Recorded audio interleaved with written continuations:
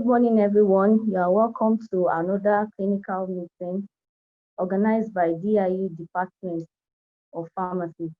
On behalf of the Director of Pharmaceutical Services, Pharmacist Afolabi Rahman, I welcome you all to today's clinical meeting. And I also want to acknowledge the presence of everyone present here, our ABPS, West African Postgraduate College of Pharmacists Fellow, our elders, my seniors and my colleagues are all welcome. As we know that 30% of antimicrobial use in hospitals these days are virtually unnecessary and also inappropriate. And it has been contributing to the development of antimicrobial resistance, prolonged hospital stays, increased health care costs, and also patient mortality. And this has called for the need for antimicrobial stewardship program. Antimicrobial stewardship program are tasked to ensure clinicians prescribe the appropriate antimicrobials for their patients, not only prescribing the right appropriate antimicrobials for their patients, also prescribing it at the right dose and at the right duration to optimize patients' outcome while reducing the risk of resistance. Prescribing antimicrobials is a complex process for clinicians, and so it requires current evidence-based guidelines as well as local factors such as hospital or community-specific resistance data. And technology has made this easier in the healthcare system lately. And research has also shown that mobile apps have potential to increase awareness of antimicrobial stewardship. And it calls for today's clinical meeting, that's establishing antimicrobial stewardship program in hospitals, a case for mobile health app, which will be presented by a scholar in our midst, is Pharmacist Diyaolu Ayobami, who is the founder of MicrobicPro app, just like we have for some other apps that are being used worldwide, like the Stanford Guide. There's also another one, Spectrum, and many more like that. So I'll be handing over to Pharmacist Diyaolu for his presentation, which will be coming up shortly for 45 minutes. And also, if you have any question or any comments, you can kindly use the chat session and drop your question. You can raise your hand. So good morning, everyone. I will specially acknowledge Pharmacist Afolabi, the Director of Pharmaceutical Services and the Head of Department, University of Illinois Teaching Hospital. I would like to acknowledge the presence of senior pharmacy colleagues here, pharmacists and other healthcare professionals that will be joining us. I want to specially thank you all for giving me this uncommon privilege to speak on this platform. And I hope at the end of the session, we all will add a feather to our knowledge base on antimicrobial stewardship and how it relates to our practices in different parts of the country. So in this synopsis, I'll be giving a background information on the ominous consequences of infections and antimicrobial resistance. Then I'll be talking about the messiah called antimicrobial stewardship and how we can accept it as our savior to stem the tide of AMR. Then in this world of technological revolution, this savior needs something like a vehicle to aid its adoption, practice, and impact assessment to make it easy and seamless. So because of this, I'll be talking about a mobile app which we're developing called MicrobicPro, which could serve as a good driver and vehicle to achieve the objectives of antimicrobial stewardship in our various institutions. So now, communicable diseases, including infections, maternal and perinatal diseases, actually have a huge impact on the world on a global scale, resulting in 670 million disability-adjusted life years. expectedly, most of this burden actually comes from low and middle income countries, especially in sub-Saharan Africa. If you're looking at the graph on the chart box, the areas in red have greater than 50,000 in terms of the number of disability adjusted life year loss from infectious diseases. This points to the impact of infections on a global scale. And looking at the map, it shows the concentration on how much impact it's even making in sub-Saharan Africa, our country, Nigeria, unexcluded. Now, according to the Nigerian Center for Disease Control, in 2016 alone, communicable diseases account for 2 out of every 3 deaths in Nigeria. And the leading causes among these are lower respiratory tract infections, HIV/AIDS, malaria, diarrhea disease. In fact, of the 7 leading causes of death, according to the NCDC guidelines, we have 7 of them being communicable in nature. Now, this shows us how much endemic this infectious disease burden and how great it is for us to address. So now, infectious disease, its treatment is further complicated by antimicrobial resistance. Antimicrobial resistance is the development of resistance by pathogens to drugs we use to treat them. And on a global scale, antimicrobial resistance is directly responsible for over 700,000 deaths. As of 2017, considering the lowest estimate by the World Health Organization, and it is projected that in 30 years' time, that's in 2050, death from antimicrobial resistance will exceed 10 million, even according to the lowest estimate, if some urgent actions is not done. That is why the World Health Organization, in its 2015 General Assembly, declared antimicrobial resistance as one of the top 5 threats to human health. Now, in Nigeria, expectedly, we have a higher potential of AMR due to several factors. First, we have a huge burden of infectious diseases, which in itself drive the rate and extent of antimicrobial resistance. Also, there is a lot of factors ranging from indiscriminate antibiotic use of antibiotics without prescription, a low national awareness on how to use antibiotics appropriately, and even a low national awareness on what is even called antimicrobial resistance. Also, it is so unfortunate that healthcare providers engage in prescription of broad spectrum antibiotics without reference to local guidelines. And something unique and disturbing, the proliferation of fake and substandard medicines. In recent news reports, the Director General of the National Agency for Food and Drug Administration and Control was reported to have said that about 30% of medicines sold in Nigeria are fake, and this absolutely includes antimicrobials. Also, there is almost inexistence of antimicrobial stewardship in most primary and secondary healthcare institutions in Nigeria.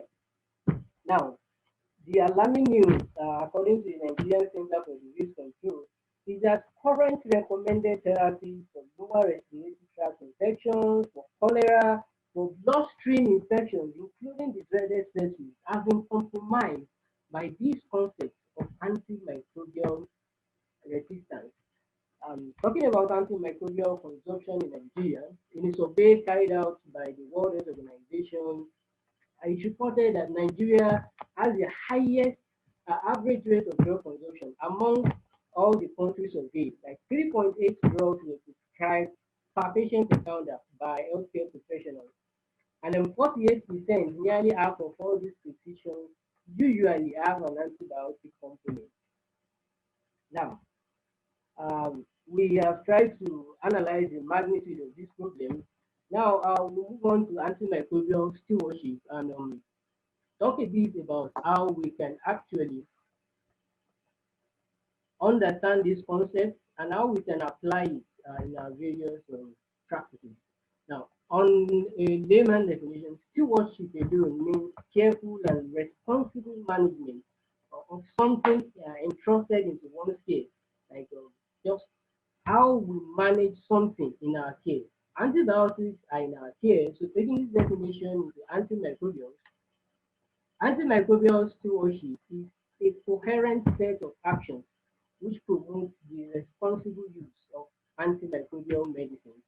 And moving on to define antimicrobial stewardship program, it is an organizational or system-wide healthcare initiative or strategy that aims to promote the use of antimicrobials through the implementation of evidence-based intervention.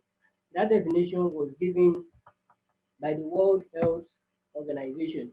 Now, antimicrobial stewardship has several objectives. It targets, I can count 7 of them in number. First, it intends to optimize the use of antimicrobial drugs. Also, it wants to promote a behavioral change in antibiotics prescribing as well as dispensing practices. Antimicrobial stewardship also hopes to improve the quality of patient care and patient outcomes. It wants to save unnecessary healthcare costs and reduce the emergence, selection, and spread of antimicrobial resistance. It also hopes to prolong the lifespan of existing antibiotics as well as limit adverse economic impact of AMR, and it also hopes to build best practices and capacity of healthcare professionals as regarding antibiotic use. So now, if you're familiar with the objective of antimicrobial stewardship, we'll move on to a flowchart, a toolkit on how we can actually initiate this stewardship in our healthcare institutions. Now, the World Health Organization has been generous enough to provide a toolkit for low and middle income countries for hospitals who are planning to initiate antimicrobial stewardship program. And this toolkit has 6 core elements. 6 core elements. First, to identify the national core elements. Secondly, to identify healthcare facility core elements. Then we also need to identify, to plan antimicrobial stewardship programs in our institutions. Thereafter, perform these AMS interventions, then assess the intervention and facilitate education and training resulting from the intervention.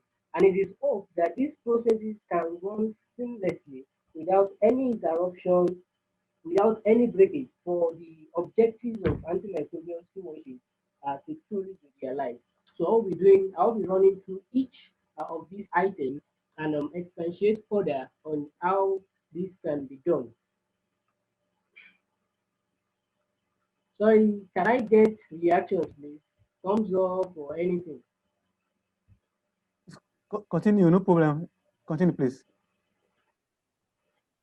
Okay. Francis, Thank you. continue. Continue. Yeah, I can. So now, the first core element, even to initiate antimicrobial stewardship, national core element for antimicrobial stewardship. Now, chief among these national core elements is the National Action Plan for Antimicrobial Resistance. I'm sure maybe some of us haven't heard about this, but the Nigerian government, through the Nigerian Center for Disease Control and through the assistance of several international bodies funded by the Fleming Fund in 2017, came up with a National Action Plan for Antimicrobial Resistance. And the objectives of these were 5, spelled out the focus areas. First among them is to increase awareness and knowledge of AML, antimicrobial resistance, and antimicrobial resistance related subjects.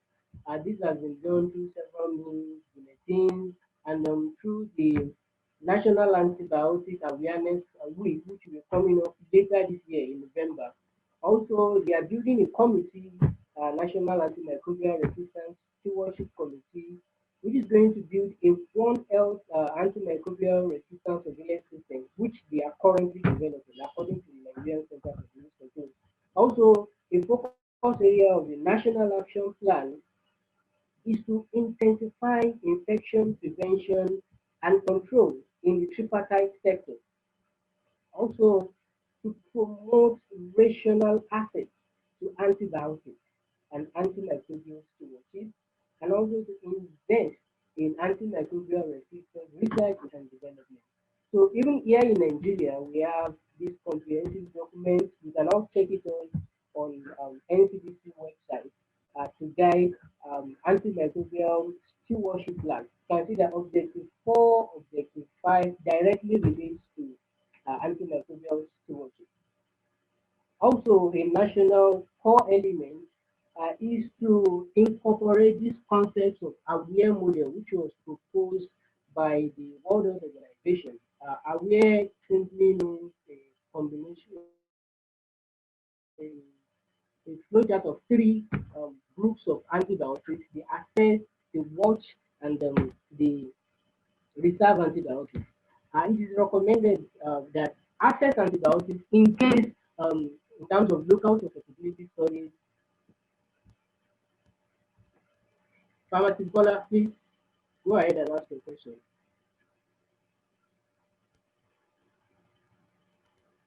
Hello, Pharm Fatima. No, don't worry. Just go ahead. The question will come after the end of the presentation. Just go ahead with your presentation. Okay, so the access antibiotics are recommended to be used as first line. They are believed to have a lower resistance potential, more or less broad in spectrum than the other classes. So we have them including antibiotics like the beta-lactam, such as the amoxicillin, the ampicillin, and I think penicillin.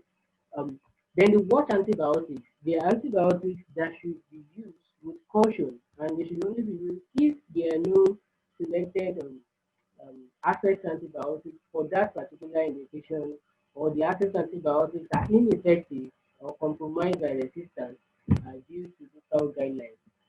Now, the reserve antibiotics, they are antibiotics that are placed on reserve to be used only in cases of multi-drug resistant infections like vancomycin resistant enterococci, vancomycin resistant staphylococcus. Because no new antibiotics have been discovered for over 30 years now. So it is safe to place these reserve antibiotics, including third generation cephalosporin, such as ceftazidime, we have the linezolid and colistin. Still in these reserve antibiotics, these antibiotics that are believed to have the greatest efficacy. So it is important that whenever there is a patient to be treated, a physician should not just recommend a reserve antibiotic when there is an access antibiotic for that particular indication. So this structure is also important in our national essential medicine list, as well as our institutional guidelines to institute antimicrobial stewardship program. Now, I talked earlier about the National One Health Committee for Antimicrobial Resistance. The NCDC is trying its best in this area to build a national surveillance system. Now, coming down to the healthcare institution, how do we start initiating from the level of the healthcare institution after being aware of the national action guidelines? First is to recognize initiating antimicrobial stewardship as a priority by the immediate action. It is important that the management of an healthcare institution sees it as something very, very vital, something vital to initiate antimicrobial stewardship for it to be successful. Then there will be a need to develop a facility-specific standard infectious disease treatment guidelines, which will be used by clinicians, pharmacists, and like to actually judge and practice the concept of antimicrobial stewardship. Then it is important each health institution should constitute an antimicrobial stewardship committee, which will see to the initiation, adoption, and assessment and coordination of various units in terms of the practice of antimicrobial stewardship. Last time I chatted with Pharm Diyaolu, I'm glad to be aware that the University of Ilorin Teaching Hospital actually has an antimicrobial stewardship committee, because as far as Nigeria is still concerned, very few hospitals have done that. So kudos to UITH for that achievement. You know. Also, it is important to plan how to initiate this antimicrobial stewardship program. Of course, a very good way of doing it is to use the SWOT analysis, where you analyze your strengths in terms of the structures in place, in terms of the healthcare workforce, the low level awareness of antimicrobial resistance, antimicrobial stewardship, staff are motivated. Then by identifying them, you know how you actually want to solve this problem. Then your opportunities, antimicrobial stewardship is still relatively new. So it is very easy to get sponsors, to get funding, and to get national attention if a particular hospital is actually keen into it. It attracts some attention. Then the threat, of course, a major threat to this is the widespread availability of antibiotics, not checking and not keeping records of aware prescription of antimicrobials. So it's important that as an organization, a SWOT analysis is done to actually determine the strength, weakness, opportunities, and threats to initiating antimicrobial stewardship. Then the antimicrobial stewardship committee should have an action plan, and there should be a seamless structure on how AMS is governed, right from the management to the individual healthcare practitioners, which is coordinated by the Antimicrobial Stewardship Committee. Now, it is recommended that the Antimicrobial Stewardship team should be at least 5 members, including an infectious disease specialist, a clinician, a physician, a pharmacist, and a medical microbiologist. Now, the AMS team can use several means to actually carry out its intervention, educative, persuasive approach, feedback approach, restrictive, and even instituting structural features which make not performing antimicrobial stewardship something difficult to do. It is also the role of the AMS to actually advocate and promote antimicrobial stewardship in the institution, and because of the relative role of technology in making things easier as far as healthcare is concerned these days, the AMS team should take it upon itself to advocate for the adoption of information technology to make carrying antimicrobial stewardship something so easy to do within the healthcare institution. And these are very common targets, very common and basic targets which can be used, which can be implemented without any cost. So far, there are the appropriate structures on ground, like structures can be put in place to restrict over prescribing antibiotics, to prescribing overly broad spectrum antibiotics, to actually reduce unnecessary combination therapy, wrong choice, wrong dose interval, and delayed administration of antibiotics.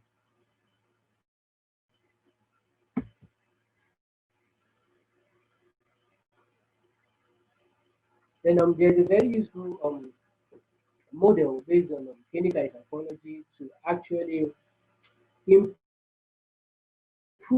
on the ability of the healthcare institution for antimicrobial stewardship is to plan the intervention, measure it, and record it. Do it, then study the relative errors, the inaccuracies, the strength, the achievements. Then after doing that, we've been able to uh, adjust the plan, adjust the actions to get more effective results. And so that is, and this should be on a continual note. It's not stopping. So that's why it's called the continuous improvement model. So this can be very, very useful in terms of planning your antimicrobial stewardship intervention in your institution. Now, talking about assessing antimicrobial stewardship intervention. So there are measures that can be taken to assess the intervention of antimicrobial stewardship. And of course, it is not possible to know the impact of antimicrobial stewardship without assessing it, measuring certain indicators before the initiation, before the constitution of the AMS committee, before planning and initiating the intervention. It is important to consider these measures so that after the intervention, these measures are also considered and it is evaluated the relative impact of antimicrobial stewardship on antibiotic behavior, on optimizing antibiotics in your institution.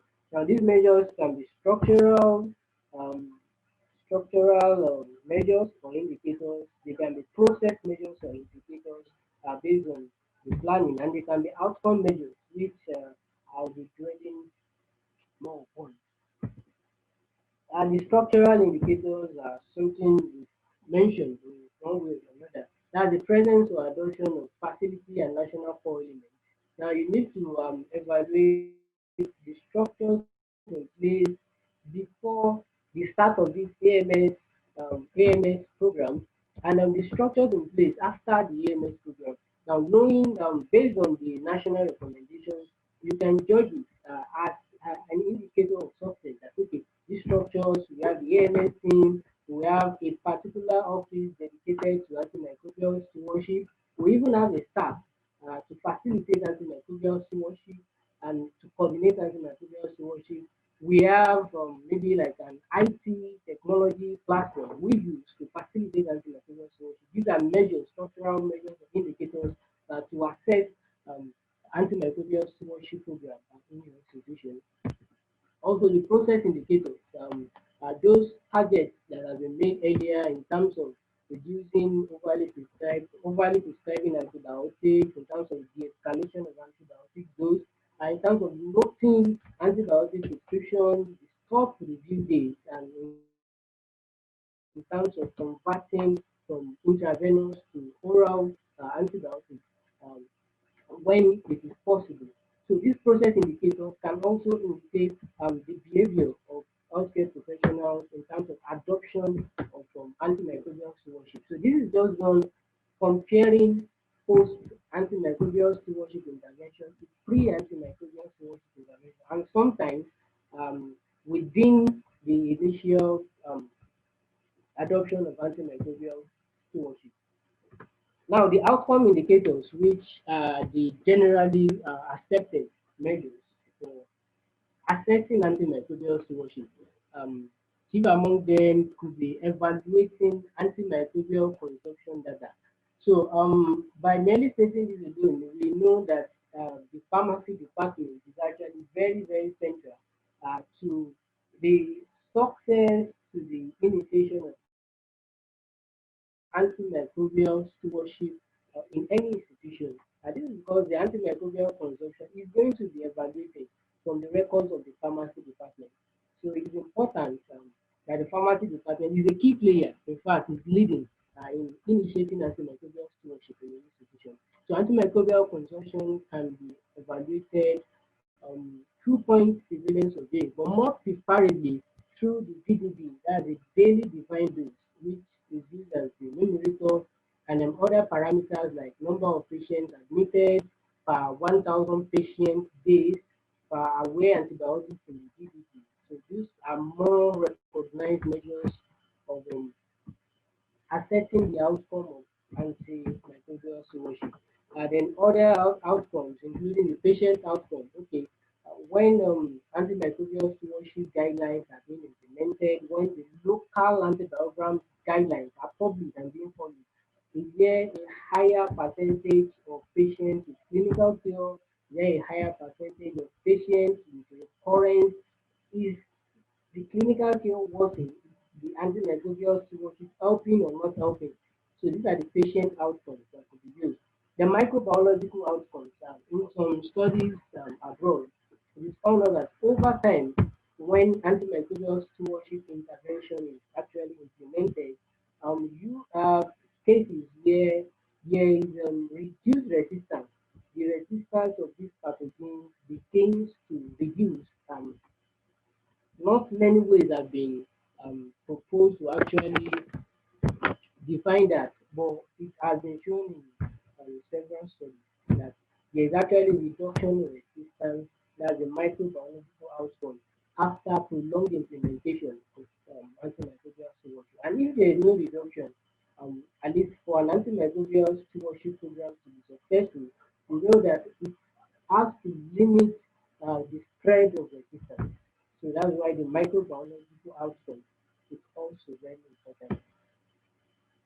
And now, a central component in initiating antimicrobial stewardship is to strengthen the competency of the healthcare practitioners in terms of antimicrobial stewardship. This can be done through several means, like an educational workshop, something like what we are having in terms of letting us know the dangers of antimicrobial resistance, the burden of infectious diseases, and how antimicrobial stewardship, as simple as it might seem, would actually be the savior in Messiah in terms of limiting the spread of this antimicrobial resistance. While we still don't have new antibiotics being developed.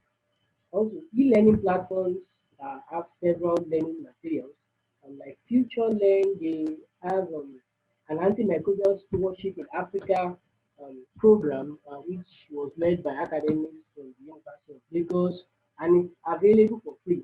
Coursera too also has courses on antimicrobial resistance, which we can actually use to broaden our knowledge and competencies. And it is important that institutions healthcare facilities actually organize workshops, seminars, um, workflows on antimicrobial stewardship to healthcare providers. So by this, we are increasing the AMS competencies of your healthcare professionals, and this will strengthen their ability to actually proceed on this antimicrobial stewardship program and increasing the chances that the intervention is going to be successful. Now, looking at AMS, what is said so far, coming down back to our country, Nigeria, um, based on public evidence, we have found out that antimicrobial stewardship are almost non-existent in primary and secondary healthcare facilities. In Abubakar et al. 2020 published that only 13.5% of healthcare centers have antimicrobial stewardship teams, which is central to initiating antimicrobial stewardship. It is safe to say that probably over 80% Hello? of healthcare, yes, I'm hello. Mama? Oh, sorry. Please, Continue, please. Please continue. Please. Don't worry, continue. We do that. We do that. Please continue.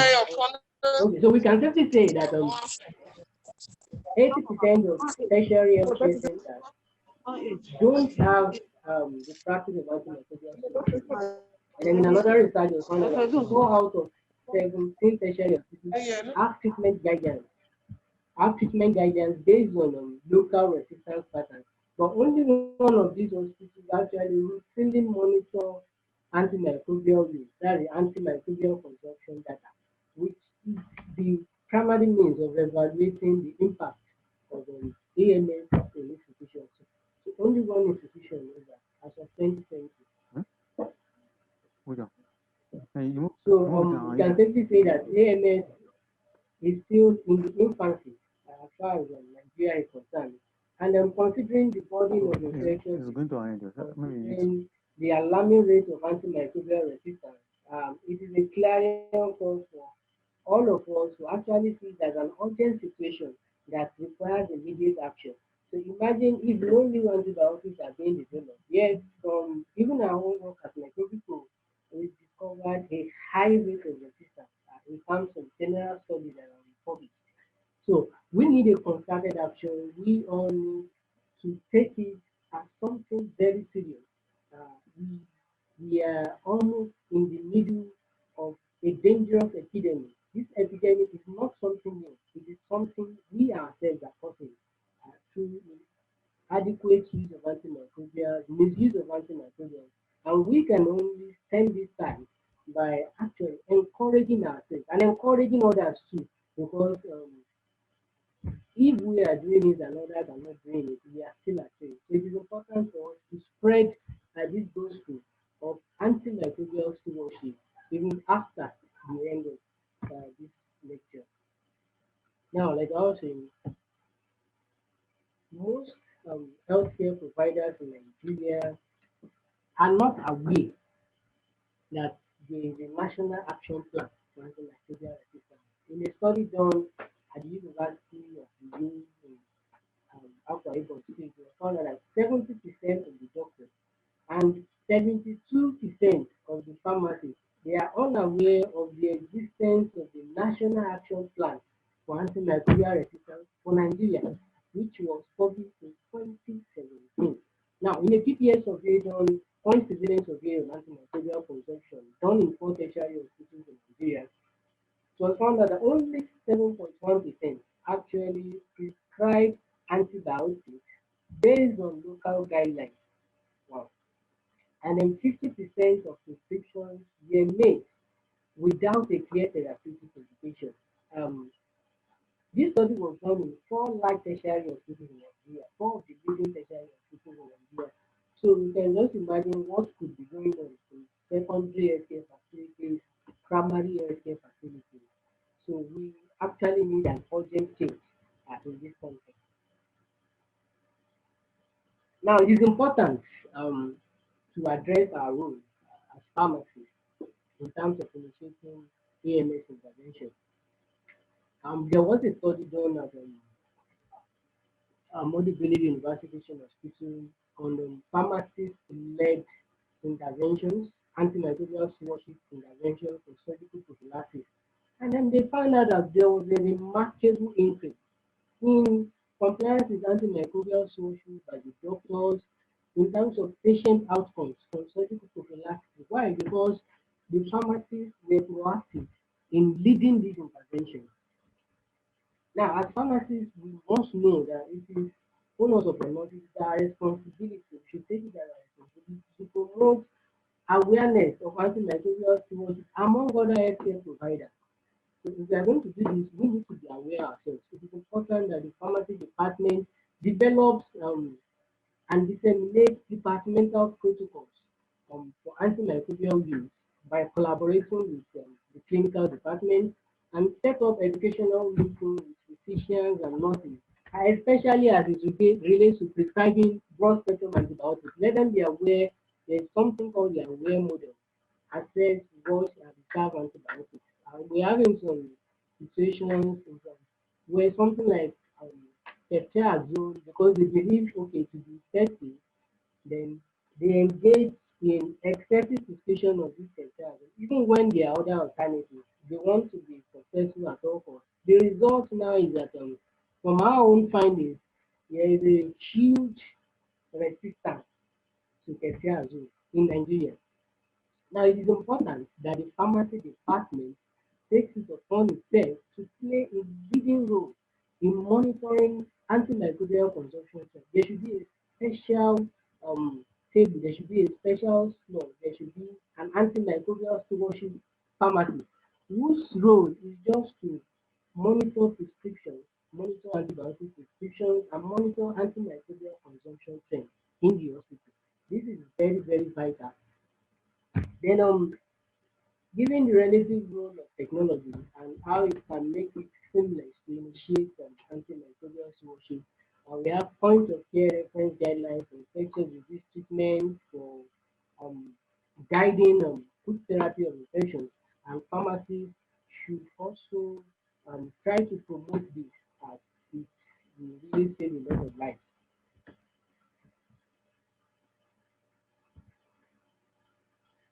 Now, based on our lecture at MicrobicPro, we identified a need integrating antimicrobial stewardship, integrating surveillance of antimicrobial use, integrating the essential medicine list based on their wear classification into a single process and ensure that this is able to promote antimicrobial stewardship in terms of optimizing the use of antimicrobials. Not just the stewardship, we are able to survey antimicrobial use, we are able to structurally categorize antimicrobial consumption based on the aware model of classification.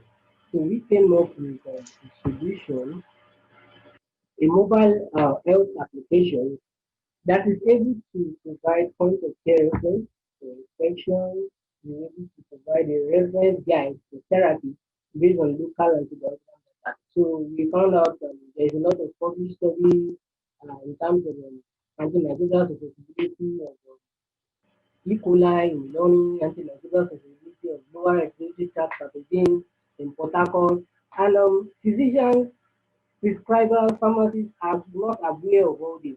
But by bringing it to their mobile phones, by bringing it to their front, to their bed when they go to sleep, to by their side when they wake up, when they press their phones, start to find their phone, they remember there is a point of care reference they can easily access to actually provide this local guidelines. Then we also provide institutional-based guidelines. So for institutions that have antimicrobial stewardship teams, we can help by creating an institutional customized guideline based on the data you provide to us, structures. Then there's a quick access to aware classification of antimicrobials and very useful information on antimicrobial medicine. So this solution I'm talking about is called MicrobicPro, and its chief goal is to promote rational use of antimicrobials. Now it has several features, the guidelines, the packaging, the medicines, the EBRAST. The guidelines actually incorporate the Nigerian standard treatment guidelines for general treatment by healthcare providers who probably don't belong to one healthcare facility that needs an institutional guideline. Hello? Continue, please. Continue. Okay, I assume I can continue.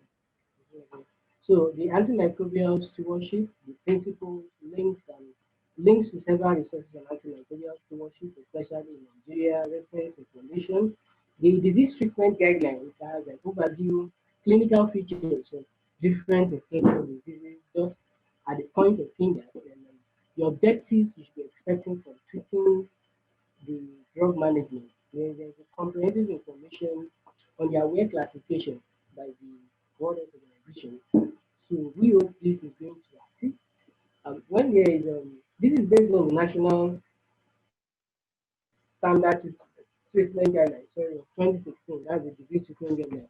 But for institutions who need institutionalized copy, then we create it for you based on your own standard treatment guidelines for infectious diseases and make this information available to a limited number of people from that particular institution.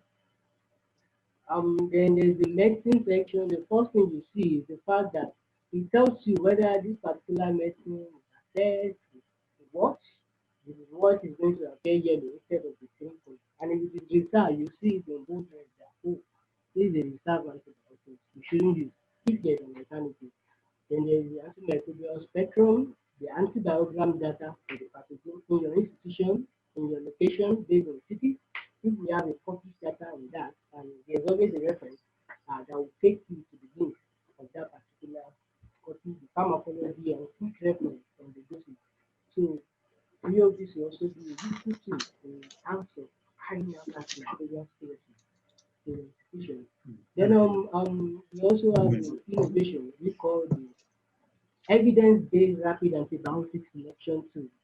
Based on a cumulative antibiotic data and prevalence of pathogens, whether in the location or your institution, all you have to do is select the location, select the sample, it displays to you the rankings of antibiotics.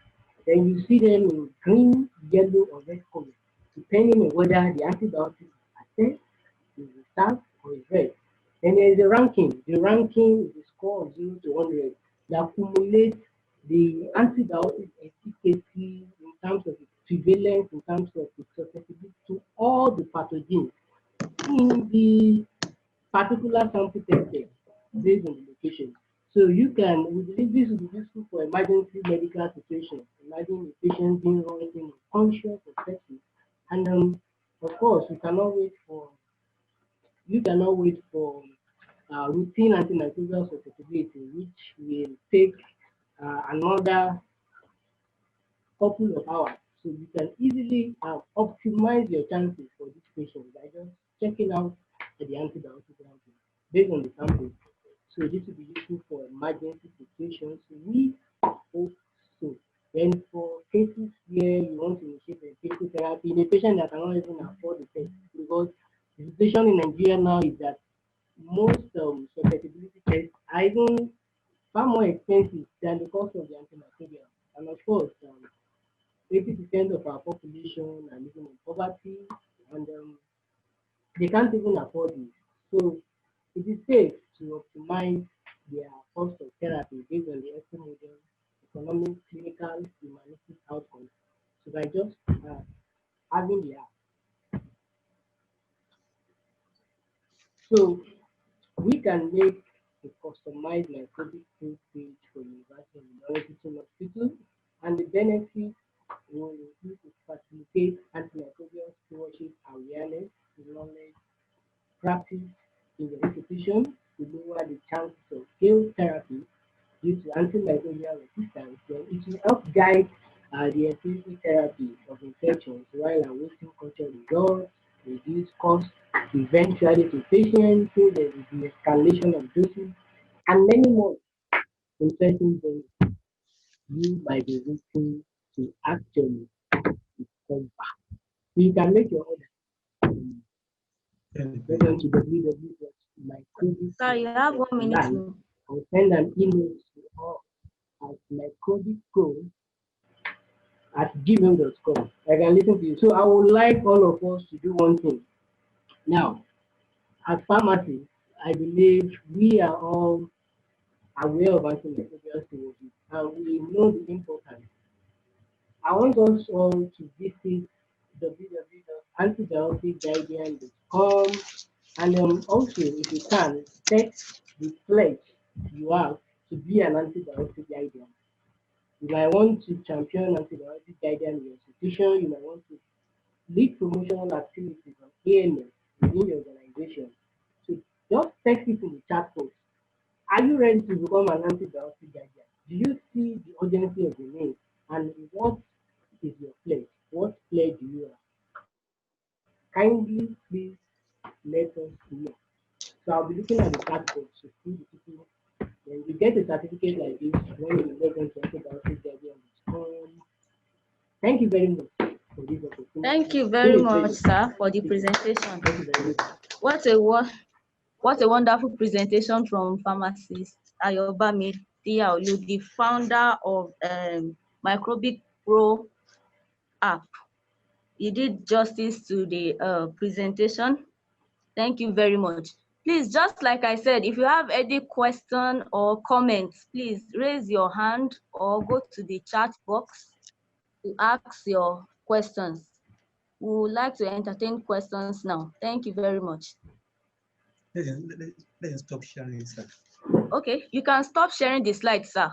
Pharmacist Diyaolu. Okay. All right. Thank you very much.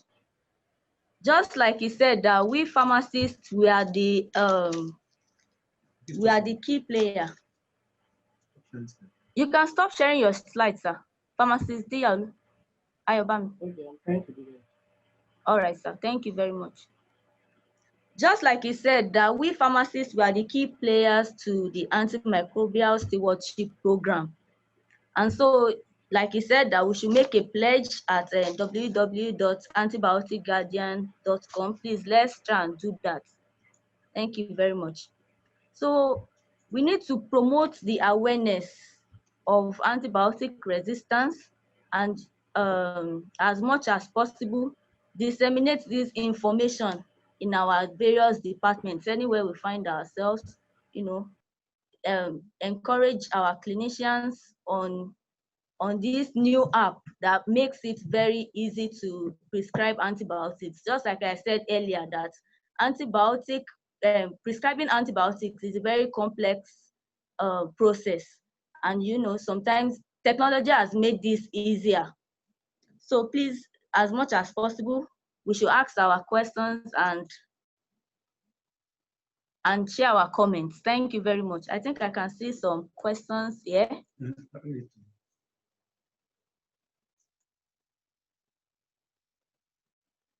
The question is from pharmacist Ismail Sulaiman. He said, can the app give a comprehensive antibiogram at various intervals? Pharmacist Diyaolu Ayobami, please, can you hear the question?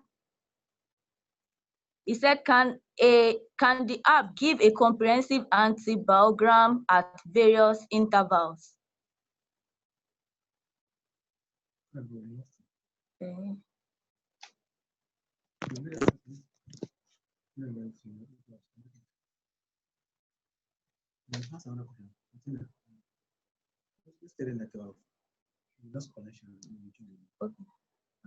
I think we lost connection with pharmacist Ayobami. It will soon be here with us shortly. But while we are waiting for him, please, you can ask your questions. Thank you very much. I want to acknowledge the presence of some people that are present here. As pharmacist Bola Fatima Mustafa and pharmacist Abdurrahim Malik. I also want to acknowledge the presence of Dr. Adeolu, Professor Ismail, and other elders present here.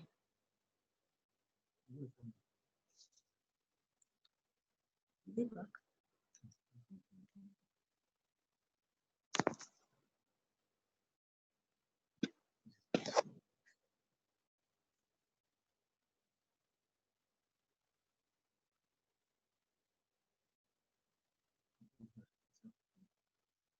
Okay.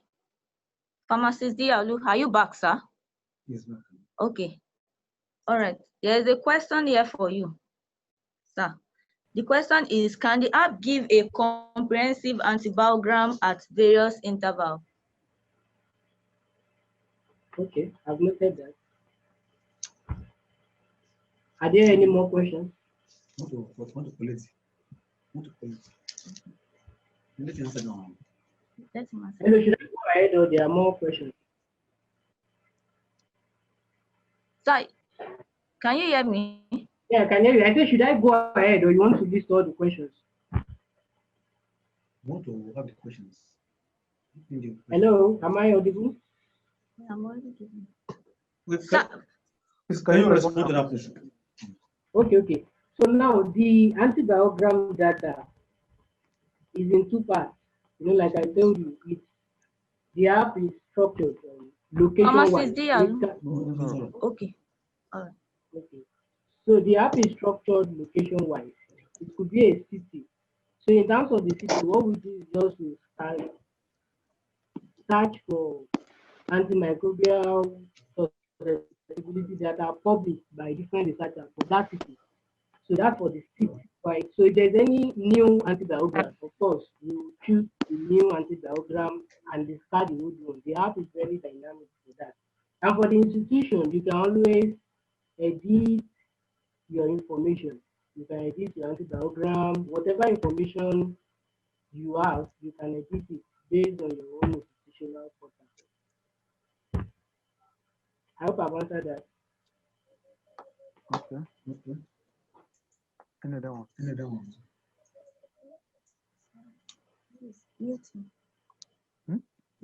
Okay, I'm seeing something in the chat for that. How can community Williams. So how can community pharmacies be carried along? Pharmacist Williams. Go ahead and Dr. Williams. Good morning, everyone. I'm proud to have Pharmacist Ayobami Diyaolu as one of my students. My ex-student, a product of University of Victoria, has made me proud this morning. He did mention in his presentation that there is a limited number of secondary care hospitals that have antimicrobial stewardship program. I'm aware that civil service hospital here in Ilorin have that program, and pharmacist Grace Aliu is in charge. So maybe you can do a little survey to see how many of these secondary care hospitals have that program and reach out to them so that you can market your product.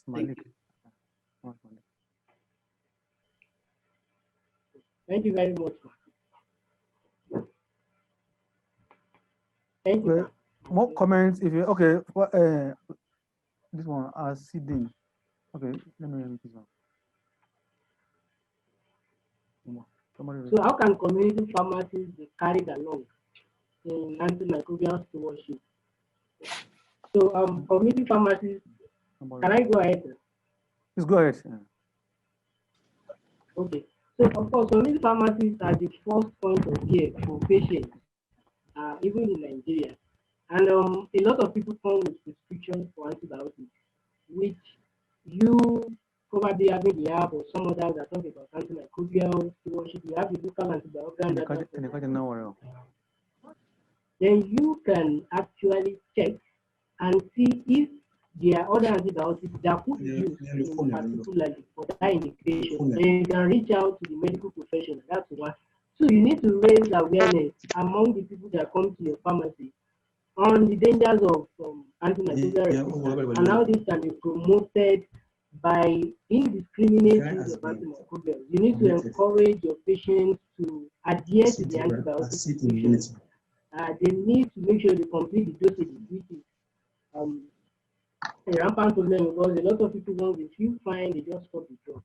So you need to encourage them, they must finish the dose as recommended by the physician, and you should discourage people from indiscriminate purchase of antibiotics. So community pharmacies are actually very central. And you can organize promotional programs for your customers, trying to sensitize them on the need to actually prevent antimicrobial resistance. So it's not something for healthcare providers alone. It's something that even the general public must be aware. It's a disease on its own, that's antimicrobial, and the public needs adequate knowledge. And you being on the front line, you need to educate your clients. I hope I've answered the question.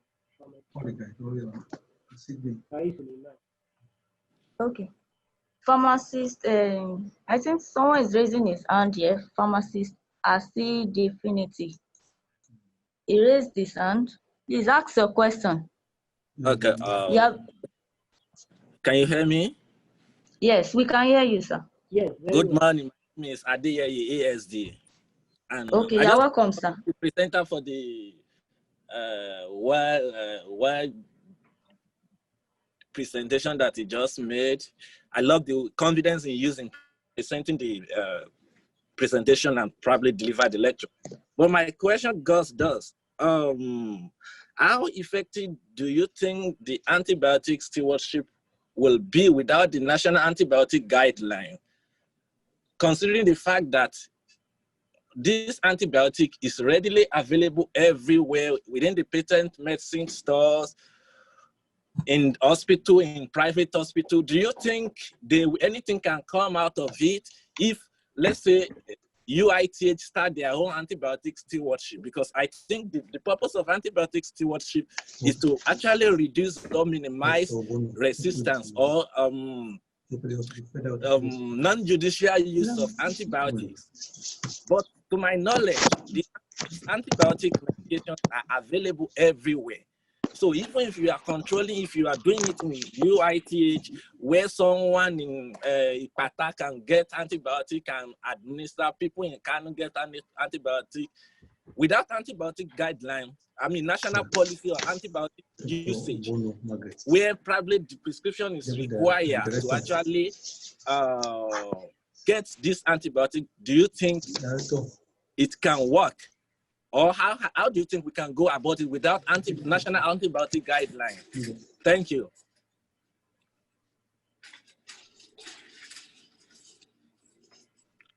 Do you get my questions? All right, thank you very much. Yes, I got your question. So, based on that, we all know we have certain challenges, almost kind of exclusively peculiar to Nigeria. That's the you raised question regarding the antibiotic drug distribution case. But the thing is, the journey of 1,000 miles still begins from somewhere. Now we don't even have the antimicrobial stewardship at all. So it is important to start. That's the first thing.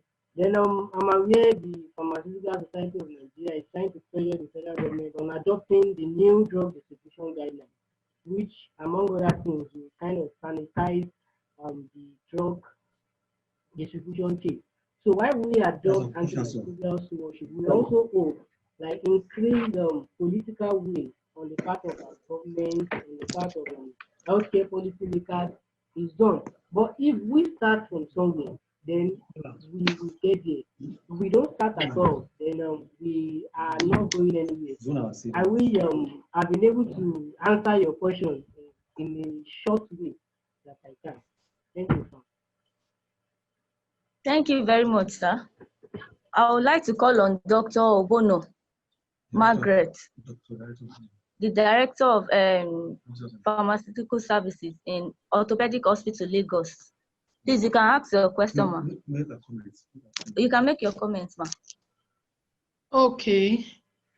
Good afternoon, everybody. Yeah, good afternoon, ma. I want to appreciate the presenter. That was a beautiful presentation. And it is very, very timely. Yes. We are now that we are talking about antimicrobial stewardship, we've been talking about it for some time now. From the last FIP, the story has been the same. I think, like I posted on the chat box, I think every institution, health institution, secondary and tertiary, should set up the committees. For a start, let's start something. Irrespective of what is already on ground, let's make an impact. It is going to be from the pharmacies. If we are waiting for the whole hospital or all other healthcare providers to come together before it will take off, it may never take off. Let us start by making an impact, by educating ourselves, build capacity for pharmacists, and then eventually we can bring on other healthcare providers. For instance, the prescribers must be involved in this for it to succeed. But then pharmacists will be the ones that will champion it.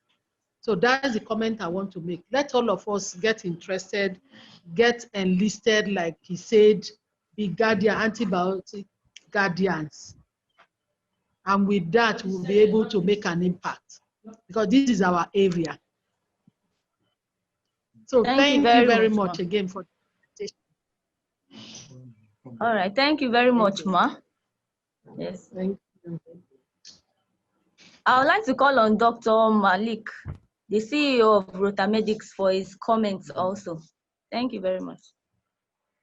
You have been unmuted, sir.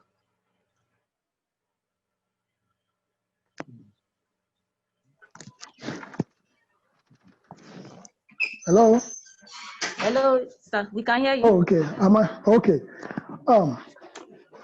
I have, see here, 2 questions. My first question is to the presenter. First of all, thank you for your beautiful presentation. My first question is, this antimicrobial stewardship, how is it not a duplication of clinical pharmacology? If you can say, explain the difference apart from the experience that will be gotten outside the pharmacy. I mean, outside school. That's my number 1 question. The second question is, somebody already asked you about involving community pharmacies because, like the questionnaire said, that's the first point of call of most patients. And, you know, as a community pharmacist, we in community pharmacy, we just randomly prescribe. Sometimes we don't even ask the patients to go for the lab test.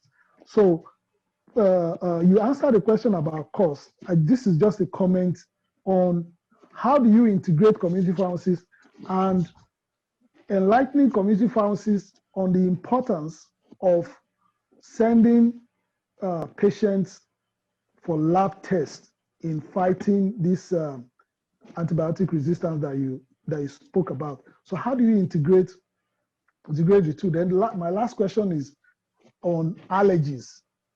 You find out that some patients are allergic to certain medications. Can you comment on allergy to antibiotics, especially when there are no options for them? Thank you very much.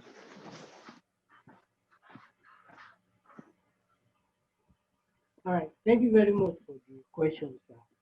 I think I would like to start with the first comment that how is antimicrobial stewardship not a duplication of clinical pharmacology? I know clinical pharmacology, of course, the discipline within medicine and pharmacy in terms of ensuring appropriate use of drugs, of course, including antibiotics. But antibiotic stewardship, it's more like a culture. Antimicrobial stewardship, rather, is more like a culture, is a system-wide comprehensive approach that encompasses the whole institution. Everybody is not left out, everyone has a role to play. It is only kind of championed by the antimicrobial stewardship team. And based on recommendation, the antimicrobial stewardship team is multidisciplinary in nature. You can have, of course, an infectious disease physician, an antimicrobial stewardship pharmacy, some representative of other healthcare professionals, a medical microbiologist. So they are engaging in an evidence-based practice. Of course, there are several measures of ensuring antimicrobial stewardship, not just the local antibiotic guidelines, the institutional guidelines. It is even some kind of evidence-based practices in terms of initiation and stopping of therapy. So I hope I've answered that it is just like a culture, an approach of treatment of infectious diseases with antibiotics. Then you made mention of the fact that community pharmacies should actually encourage people to go for laboratory tests. Yes, that is very valid. But you know, laboratory tests, there are four issues regarding that. First is the fact that the cost. The average cost of a laboratory antibiotic susceptibility testing in Nigeria is over 5,000 naira. In some hospitals where they use standard foreign-based antibiotic-based, the cost of an antimicrobial susceptibility test based on 5 antibiotics alone could go as high as 45,000 naira. So even the World Health Organization recognizes that the carrying of tests in low and middle income countries is a little bit exorbitant on the part of most patients, while it is still encouraged for certain conditions. So that is why we talk a lot about surveillance of antimicrobial and surveillance of pathogen resistance patterns depending on the locality. So it is believed that by knowing over time the resistance patterns of pathogens in a particular locality, you could come up with antibiogram data which can actually be used to guide empirical therapy. If there is a clinical cure, and if the patient could eventually afford tests, or if there is a relapse, then the lab test becomes compulsory. But even for low and middle income countries, where a patient might not even afford the 45,000, they can't even afford the 3,000 naira drug. So you can check your local guideline and check how you can actually initiate empirical therapy for the patient. Then also lab tests take several hours. So in some instances where somebody walks up to you, needs an immediate need.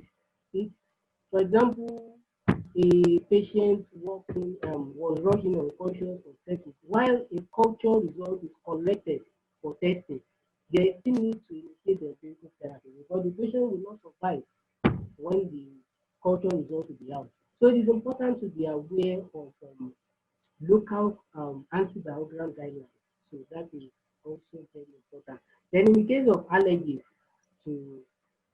of course, there are always complex situations when it comes to therapy.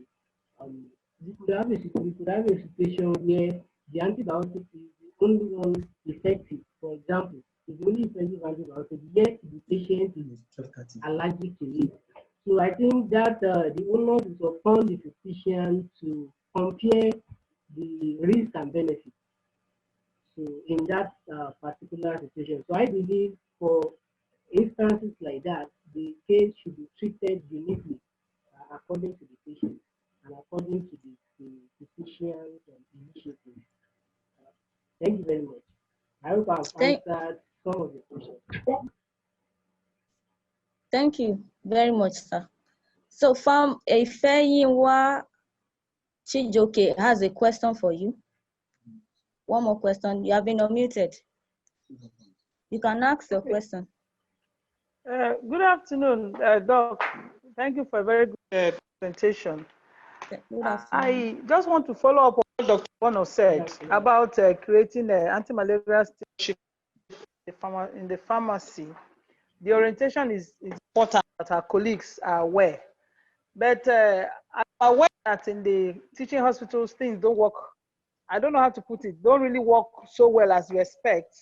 So even if our colleagues start up something and the hospital is not involved, there's a limit to what they can do.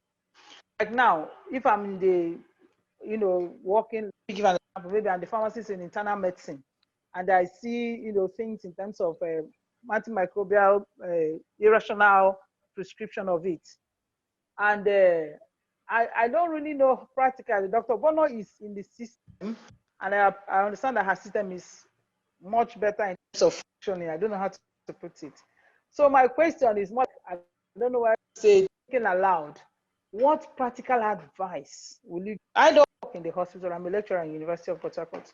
What practical advice will you give in terms of trying to make this known, getting the hospital management involved, making it effective? Because I was involved in something like a mini study, and it was a disaster what we were seeing in terms of prescription, and that is in the ward. Continuous prescription antibiotics, changing from one to another, unlimited dosing, unlimited duration, and all that. So my question is, practically, how do you make our colleagues to really get involved to do something to arrest this practical, example, practical advice as well? I don't know whether I was mumbling, but I don't know whether my question is clear. Yes, your question is clear. Okay, thank you. Thank you very much. Yes. Over to you, pharmacist. Okay. So the main practical advice I must have is the fact that we need to let them see the danger of not doing it. At least if they know the dangers of not doing it and the advantages of doing it and the economic impact of not doing it, the economic advantages of doing it. Earlier in the presentation, I made mention of the fact that in just 30 years from now, because assuming no new antibiotics are available in the market, then antimicrobial resistance alone is going to contribute over 10 million deaths. This will be more than the deaths from cancer, HIV, AIDS, and malaria combined, just resistance to drugs. So we shouldn't stop in terms of advocacy measures, in terms of raising awareness on antimicrobial stewardship. So we should raise awareness, let them see the need to initiate it, the dangers of not doing it, and the advantages that comes with it. And I'm confident that any institution that actually sees the cost they can save in terms of initiating antimicrobial stewardship, the confidence they can instill in their patients, I'm sure that they should probably want to use it. Then the pharmacy department is integral to antimicrobial stewardship. There is no way an antimicrobial stewardship program will run in an institution without measuring the antimicrobial consumption data. And of course, the only place to measure the antimicrobial consumption data is in the pharmacy department. So pharmacy department is very, no matter how much other people other professionals want to sideline the pharmacy, when it comes to antimicrobial stewardship, I don't think practically it is possible. Thank you. Thank you very much. Professor Sulaiman has a comment, a contribution. Please, you can go ahead, sir, and make your contribution.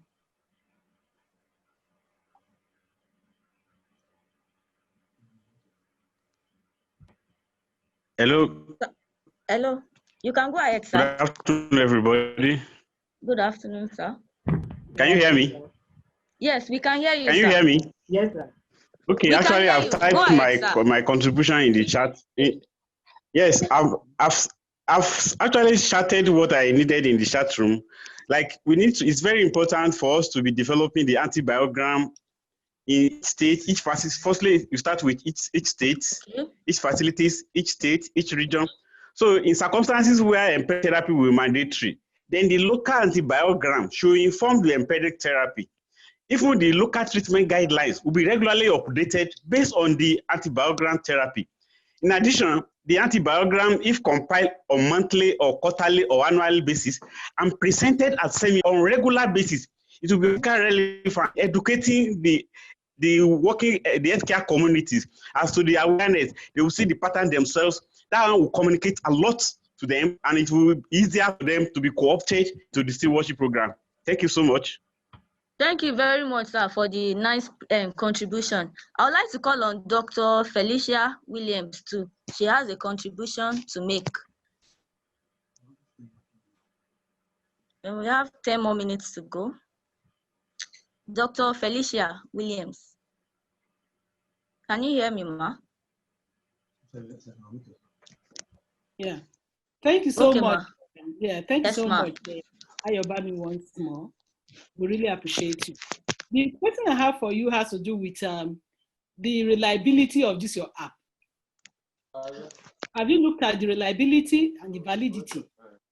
What plans do you have for the certification, validation, and revalidation of this app? Because enough that from time to time we talk about validation and revalidation. You have any plan?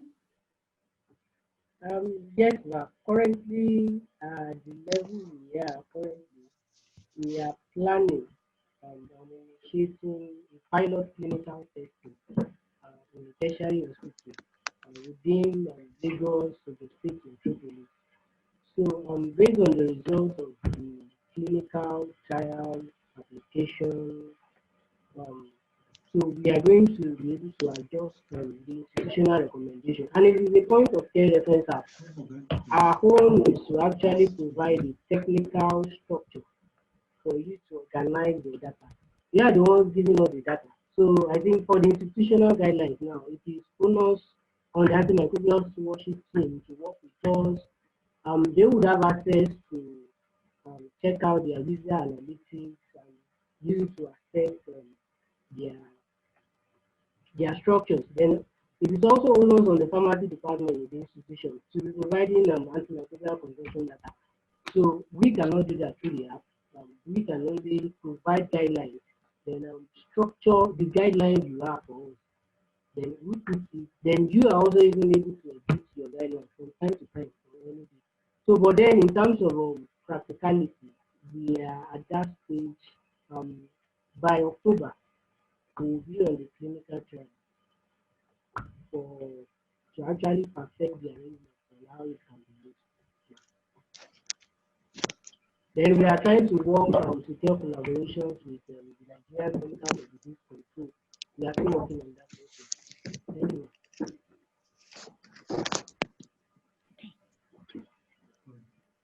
Okay. Any other contribution? Okay, I would like to call on pharmacist Dr. Ike Bello for his contribution. Good afternoon, and thank you all for being with us. So my own advice for all is that to start antimicrobial stewardship program in our hospital depends on the pharmacy department and the microbiology department.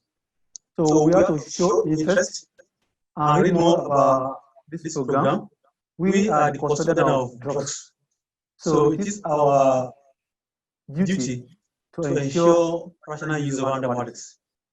So pharmacy departments need to show interest and collaborate with the Department of Microbiology. The two of them in the hospital are the key players in this area. Other people are just the users, but we are to ensure rational use of this thing. That's my own contribution. You need to read more about this, go abroad to study more about it. So there are online courses. So we have to start from the pharmacy department and maintain it. That's my own contribution. Thank you. Thank you very much, sir. I would like to appreciate everyone from far and near for your wonderful contributions and for the questions you have asked and for even participating in this clinical meeting. We appreciate everyone. And I want to appreciate the speaker also, Pharmacist Diyaolu Ayobami, for the wonderful presentation. Just like he said earlier that we should be antibiotic stewards guardian. I think we should all try as much as possible to join that. Go to www.antibioticguardian.com. Thank you very much for the presentation. Goodbye, everyone. Bye. Stay safe. Thank you all. Stay safe. See you next time.